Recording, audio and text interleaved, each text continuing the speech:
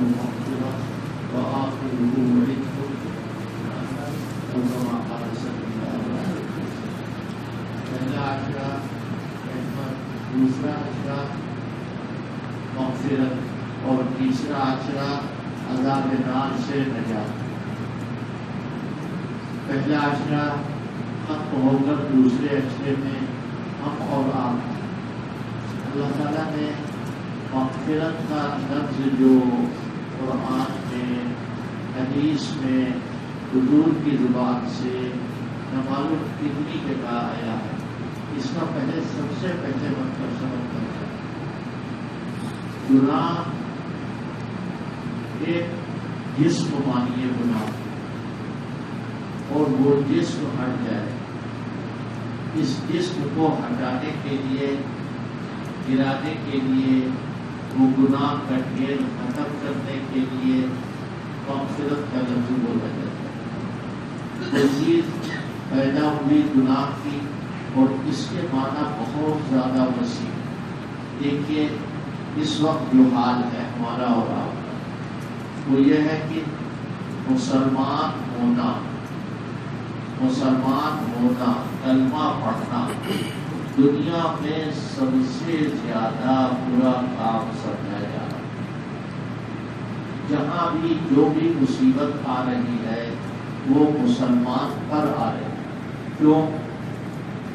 جو اسلام کے دشمن ہیں وہ سارے کے سارے یہ سمجھتے ہیں کہ یہ کلمے والے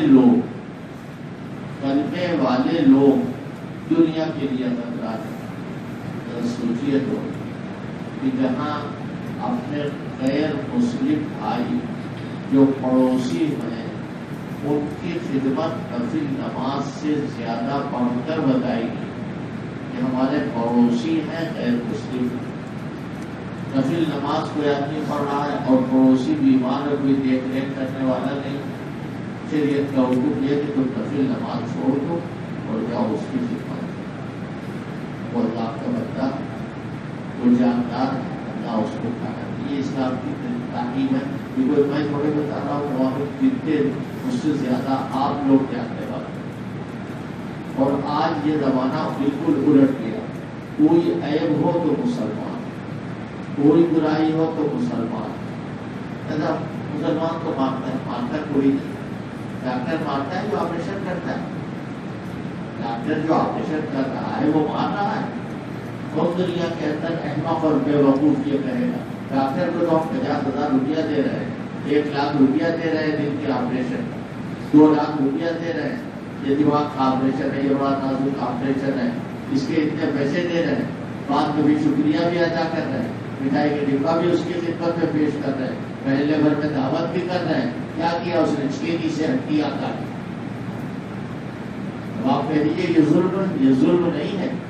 یہ تو آدمی کے جسم کو اس لائق بناتے ہیں کہ اس کی زندگی اور بڑھے.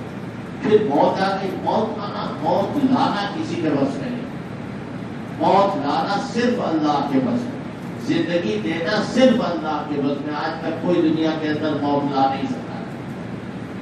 تو آدمی کہہ سکتا ڈاکٹر صاحب آپ ہمارے دادا کے سینے کو کاٹ رہے ہیں، ہڈیاں توڑ رہے ہیں، یہ کیا کر رہے ہیں آپ؟ یہ تو بڑا ظلم ہے، یہ تو بہت بڑی دہشت گردی. بالکل یہی معاملہ ہے ساری دنیا.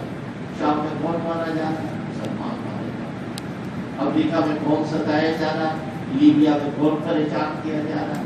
خلیج میں کون پریشان کیا؟ مسلمان پریشان کیا جا رہا ہے.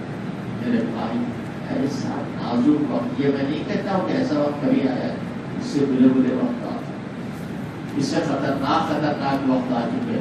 لیکن یہ سوچنا چاہیے، اور ایسے موقع پر آدمی اگر اسلام پر 12 آنے ہیں تو اسے 16 آنے آنا ہے. اس کا علاج سب سے پہلا گھر سے شروع ہوگا، ہماری ذات سے شروع ہوگا.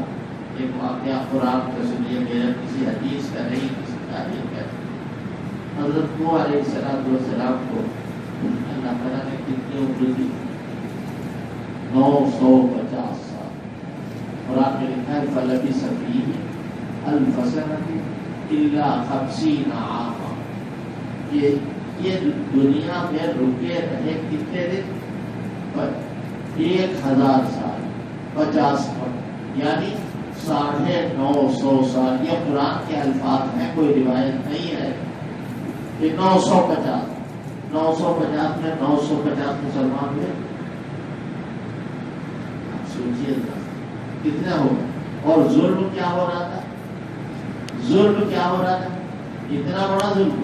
حضرت نوح علیہ السلام کو لڑکے کو دیکھا پیدا ہوا جوان ہوا، اس کے لڑکے کو دیکھا پیدا ہوا جوان ہوا، اس کے لڑکے کو دیکھا پیدا ہوا. وہ 950 سال ہو ہی نہیں رہے.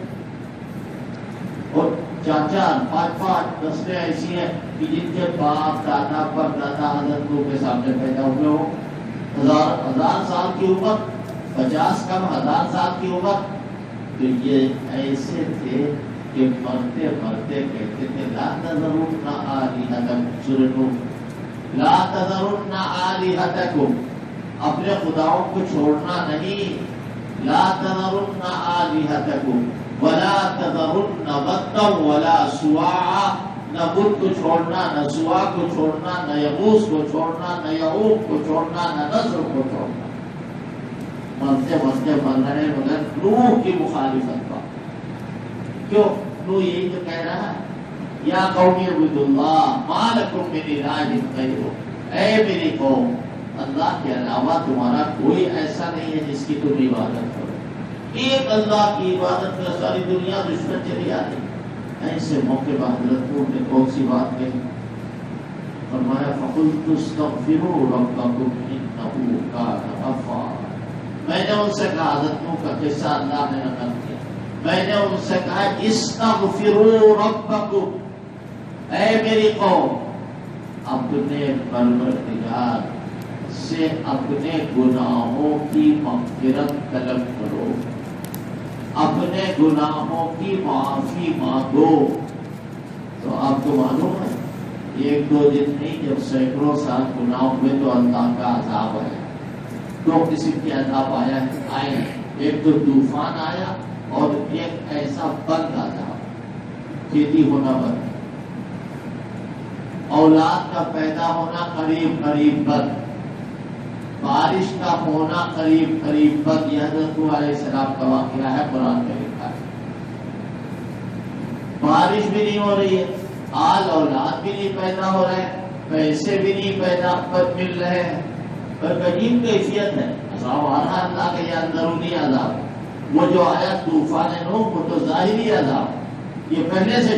تو حضرت نوح علیہ السلام کہہ رہے ہیں، قرآن کہہ رہا ہے یمددکم باموال وبنین، کہ تمہارے بال بچے زیادہ ہو جائیں گے.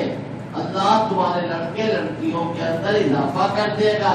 تمہارے وہاں جو بیویاں بانجھ ہو گئی ہیں ولادتیں ہونے لگے گی. فرمایا فَقُلْتُ اسْتَغْفِرُوا رَبَّكُمْ إِنَّهُ كَانَ غَفَّارًا. میں نے ان سے کہا کہ استغفروا ربکم، مغفرت طلب کرو اپنے پروردگار سے. اور انہ کان غفارا، وہ بہت زیادہ معاف کرنے والا. لیکن اس میں خاص لطف کی بات جو ہے وہ بیان نہیں کرتا ہوں. اللہ تعالیٰ اللہ کرے آپ سب کے سمجھ میں آ جائے. یہ بہت زیادہ معاف کرنے کا لفظ بار بار، غفور کے معنی بہت زیادہ معاف کرنے والا، غفار کے معنی بہت زیادہ معاف کرنے والا.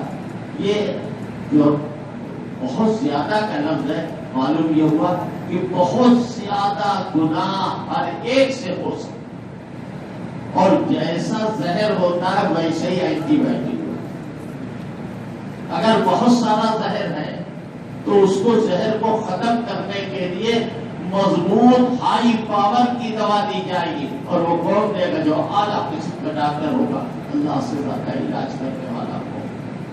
لہذا اس کا کیا اثر ہوگا معلوم ہے؟ تمہارے آس پاس اڑوس پڑوس جو بلا ہے، اور اس وقت سب سے بڑی بلا جو ہے وہ یہ کہ اس کا دشمن لوگ پیدا. آپ اپنے ملک میں دیکھ لیجیے، آج ہر شخص جو ہے وہ اپنے دل میں کیا تمنا کرتا ہے، اپنے دل میں کیا تمنا کرتا ہے کہ مسجد جانے کا راستہ نہ روکے، اے اللہ قرآن پڑھنے کا راستہ نہ روکے، اے اللہ مسجد کے مینار جو نظر آ رہے ہیں یہ نظر آتے رہے. ایسے ہی ہے یہ نہیں، مگر سے ہمارے ثقافت رہے، جماعت والے لوگ جاتے ہیں، ادھر ادھر پکڑے جاتے ہیں، روکے جاتے ہیں، مارے جاتے ہیں، باتیں سنائی جاتی، ساری باتیں ہوتی. اب مسلمان یہ چاہتا ہے کہ اسلام کھلے ماحول میں آئے سامنے. اس کا بھی علاج یہی ہے، استغفروا ربکم انہ کان غفارا. مغفرت طلب کرو اپنے پروردگار سے، وہ بہت زیادہ معاف کرنے والا ہے. اور مغفرت کا اثر یہ ہے پورے ماحول میں ہوتا ہے. پورے ماحول سے تو ہے کہ دوسرا اشرا مغفرت ہے. یہاں بیٹھ کر کے سن لینا کافی نہیں ہے. ہر آدمی اپنی اپنی جگہ پر تمام پوری امت کے لیے دعا کرے اور پوری امت کے لیے اللہ تعالیٰ سے مانگے کہ اللہ ہم بے چین ہیں، ہم پریشان ہیں. تو سارے بند دروازے کھلتے ہیں مغفرت کی طلب کرنے سے. انہ کان غفارا یرسل السماء علیکم مدرارا. آسمان سے موسلادھار بارشیں نازل ہونے لگی. میں نے ابھی جب انگلینڈ کا سفر ہوا تو وہاں میں نے ایک جگہ یہ بات کہی کہ بھائی سورہ نور سب لوگ کو، اور وہ تو بزرگ ہوتا ہے ٹیپ موبائل سے لے کر کے پورے یوکے میں اور پورے اسکاٹ لینڈ میں وہ خبر پہنچ گئی. اور میرے متعلقین کے پاس فون آنے لگے وہ کون سی صورت بتائی تھی اور وہ کہاں ہے، کس جگہ کے اوپر ہے. اللہ تعالیٰ کی مہربانی سے معلوم کتنے کام ایسے کہ جو اس صورت کی وجہ سے. میں تو اپنے وہاں مدرسے میں ایک زمانہ آیا تھا گزشتہ سال یا وقت روزانہ جب شام کو لوٹ کے پڑھ چکتے تھے سب سے سورہ نور کی تلاوت کرنا. تو کم سے کم رمضان کے آخر اشرے میں آپ کی تلاوت کریں سورہ نور کی. سب تلاوت اپنی جگہ پہ جو ترتیب چل رہی ہے چلے، لیکن کسی ایک نماز کے بعد سورہ نور کتنی ہے 150 صفحے کی ہے. اس کی تلاوت آدمی کرتا رہے انشاءاللہ بہت فوائد ہوں. لہذا ہم کو اور آپ کو صرف اپنا ہی نہیں دیکھنا ہے بلکہ اپنے تمام بھائیوں کو دیکھنا ہے. اور پھر یہ بھی دعا کرو کہ پوری دنیا میں مسلمان کاٹے جا رہے ہیں، مارے جا رہے ہیں، جلائے جا رہے ہیں، اور یہ جو اپنے آپ کو اسلامی مسلمانوں کی حکومت کہتے ہیں یا مسلمان حکمراں ہیں، یہ چین کی نیند جیسے پہلے سو رہے تھے ویسے ہی اب سو. حضور پاک صلی اللہ علیہ وسلم اور آپ کے صحابہ کرام پوری امت کے لیے بے چین تھے، اور ہم صرف اپنے آپ کو دیکھ رہے ہیں. یہ ان میں اور ہم میں فرق ہے. اللہ پاک اس فرق کو دور کرے. ہم جتنا کر سکتے ہو اتنا کریں اور دعا کیجیے کہ اللہ تعالیٰ ہم کو زیادہ سے زیادہ اپنے تمام مسلمان بھائیوں کے لیے دعاؤں کی توفیق عطا فرمائے. اس مضمون کو اور آگے کر انشاءاللہ پڑھاؤں گا. سبحان اللہ وبحمدہ، سبحانک اللہم وبحمدک، نشہد ان لا الہ الا انت، نستغفرک ونتوب الیک. یا اللہ اپنے طرف سے اپنے فضل سے ہم سب کو ایمان کامل عطا فرمائے، اعمال صالحہ کی توفیق نصیب فرمائے. اے اللہ ہمارے گناہ بہت ہیں، اے اللہ ہمارے گناہ بہت ہیں، اور اے اللہ آپ کی مغفرت تو ہمارے گناہوں سے بھی زیادہ ہے. اے اللہ آپ کا معاف کر دینا، آپ خوش ہوتے ہیں معاف کرنے سے. مغفرت طلب کرنے والوں کا بیڑا پار ہو جاتا ہے.